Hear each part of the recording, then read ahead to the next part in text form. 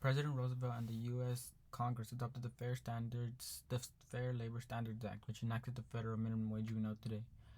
Um, they enacted this act in order for the wage to be more than a bare subsistence level. Yet today, thousands of American families who earn the minimum wage fall under the poverty line. The current minimum wage leaves thousands living in poverty, which illustrates a desperate call for action regarding a livable wage in Congress. Um, so in order to and today I will be discussing the arguments for the topic I have chosen, and those three aspects of my topic are the reason a federal minimum wage was even introduced, and how today's situation, in which many people are living under poverty, directly contradicts its purpose. How a livable wage would benefit the economy, millions of Americans below the poverty line, and people in the workforce, along with businesses and the federal deficit. And finally, how everyday citizens would benefit from an increased minimum wage and in what aspects. Um, the heated debate surrounding a minimum wage has been ongoing for decades across many administrations, and we've seen hardly any change. We've seen hardly any movement around the heated discussion.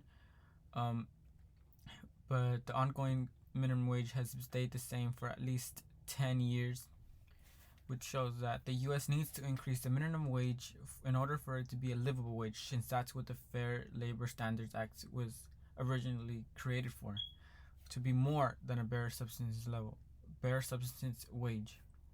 So, decades ago, President Roosevelt and the U.S. Congress adopted Labor, the Fair Labor Standards Act. This minimum wage was enacted so it would be more than a bare subsistence level, as I have said before. It was made to ensure that people of all skill levels, if they worked, could earn a decent living off those wages, thus a living wage. This is the purpose of the act, and today's minimum wage directly contradicts it, since it keeps many under the poverty line and has not changed more than a decade due to government neglect. Um, Studies have shown that workers earning the current federal minimum wage are paid less an hour in real dollars than their counterparts 50 years ago, if you take into account inflation. And as the economy has grown drastically over the past 50 years, workers are producing more from each hour of work. There's a better production level. Productivity has doubled since the late 1960s, and much more. And the federal minimum wage has still stayed the same for more than a decade. I've witnessed people try to live on the minimum wage, and I've seen the financial hardships that follow when earning below the minimum wage. There are neighbors of mine that have chosen to work 2 or 3 jobs just to afford to hold a roof over their heads and feed their families, their children, and just maintain a healthy lifestyle. Um, um, my people I've known have worked 3 jobs in the past and have worked 10 to 11 hours a day, 5 days a week, in order to keep the household running.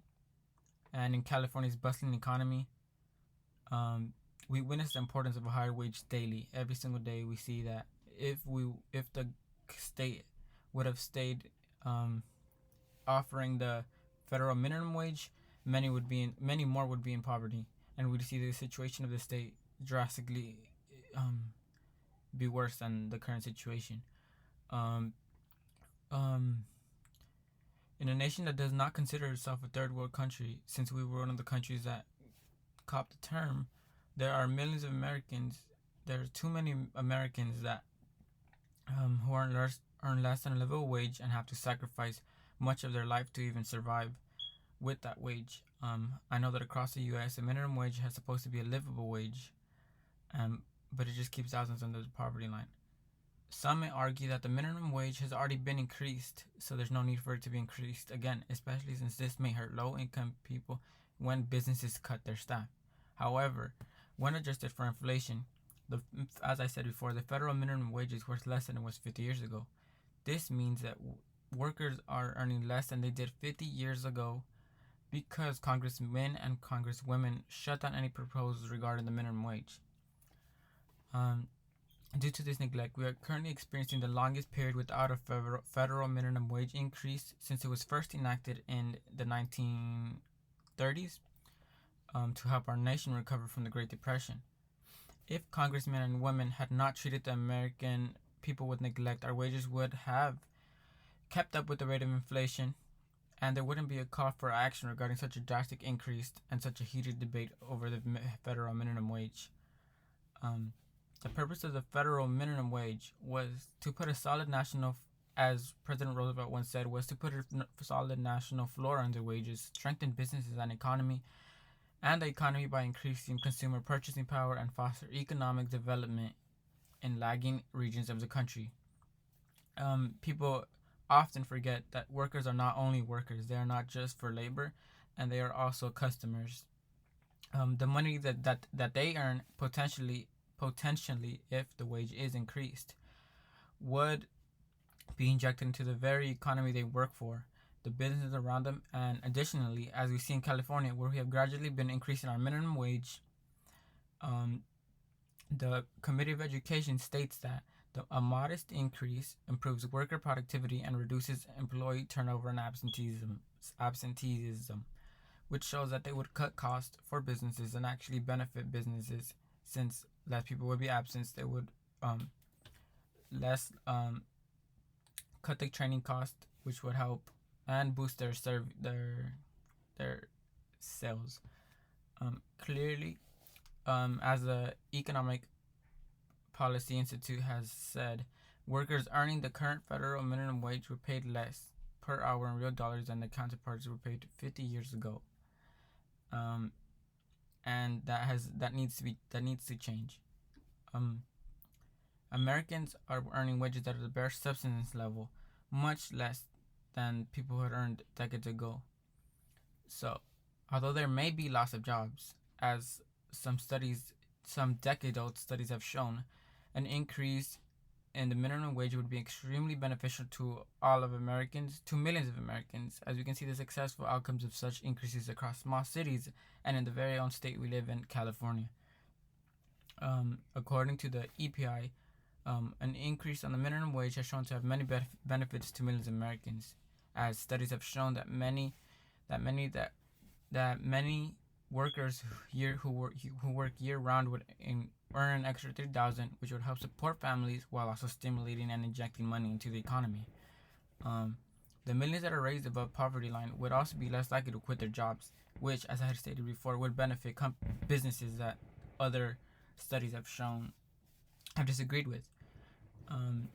As shown in California, this has cut costs for training and helped businesses become more stable staff-wise. These positive outcomes on incomes for millions of Americans heavily outweigh the negatives, especially since we will see that, according to the Economic Policy Institute, affected workers who work year-round would earn an extra $3,300 a year, enough to make a tremendous difference in the life of a cashier, home health worker, and many other low and minimum wage workers who struggle to get by on less than $25,000 a year that a minimum wage provides them with.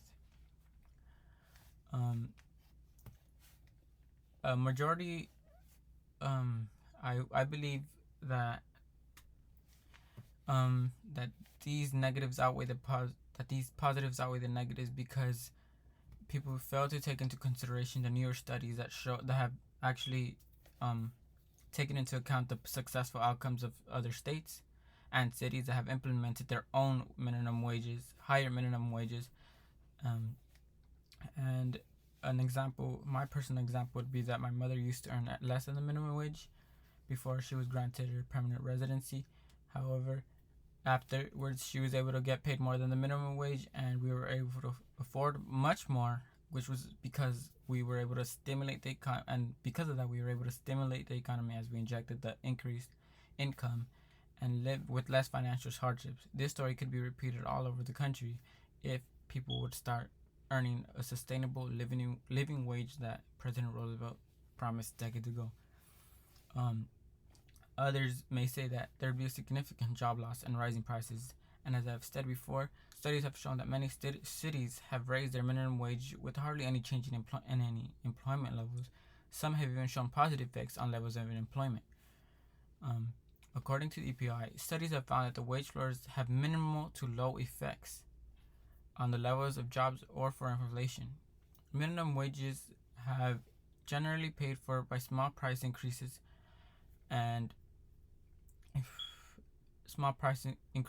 in restaurants through increased sales because of how workers cooperate and work inside the businesses. Benefits of the increase in minimum wage, as I've shown throughout the speech, are far-reaching. Many states and even cities have established their own minimum wages that have shown minimal negative effects on job supply. However, congressmen and women failed to consider a proposal regarding the minimum wage, and this has been detrimental to many Americans who live under the poverty line. Millions of Americans will be lifted out of poverty. Businesses will save on training costs, have reduced absences, and increased sales, but that's not all. The minimum wage should be increased because it also help lessen the impact on the growing federal deficit. The effects of a higher minimum wage will not only affect those suffering suffering below the poverty line, it would also help people who already earn more than the poverty line, as it will boost their wages as well. It will not only help boost customer satisfaction, sales, cut training costs as it lessens the chance of workers leaving the business. It would also help decrease uses of some government aids. As studies have shown, spending for nutrition programs, including the Supplemental Nutrition Assistance Program, would decline because additional family income would reduce the number of eligible beneficiaries to their benefit payments. And a new report from the EPI economist analyst David Cooper finds that raising wages for low-wage workers will significantly reduce government spending on public assistance, making billions a year available for improvements to other anti-poverty programs. Before, I would know a person who would rely on government aid when one job wasn't enough to sustain a family. However, as people earn more once they get another job and see an increase in their income, they decide to reject government aid and are less likely to actually to depend on government aid given the increase on their income. Some may argue that it would affect taxpayer money significantly and cause people to depend on their taxpayer money. However, today, roughly 60% of all workers make less than $7.42 per hour and receive some form of government provided assistance, either directly or through a family member. However, this $1.17 per hour pay raise would cause more than 1 million working people to no longer need to rely on public assistance, so less people would rely on that taxpayer money. This is shown by a study that showed that if the bottom 30% of wage earners received that increase per raise, more than 1 million working people would no longer need to rely on this public assistance. For every $1 that wages rise among those low-wage workers, spending on government system falls by roughly $5.2 billion. Ultimately, while other countries have found an efficient way to discuss a minimum wage, the U.S. struggles to provide a livable one. This is due to policies that are made by rich politicians who earn significantly more than those who live under the poverty line, since they want the minimum wage. Oftentimes, there is hardly any efficient discussion regarding solutions to the minimum wage, and although the Fair Labor Standards Act was enacted in 1938 to protect the nation from the evils and dangers resulting from wages too low to buy the necessities of life, to protect the nation from the evils and dangers resulting from wages too low to buy the bare necessities of life was crucial in President Roosevelt's speech. Yet today, President Franklin Roosevelt would actually see a direct contradiction to his purpose, since our wages have failed to provide many Americans with the bare necessities and a sustainable wage. As I said, Americans deserve a wage that is intended to be more than a bare subsistence level. The federal wage was created to provide this livable wage, and it needs to be addressed by the administrations that have passed by, and Americans need to advocate for what the federal minimum wage was supposed to be, a livable wage, in order to receive it. And thank you for listening to my informative speech. My name is Elisa Hernandez.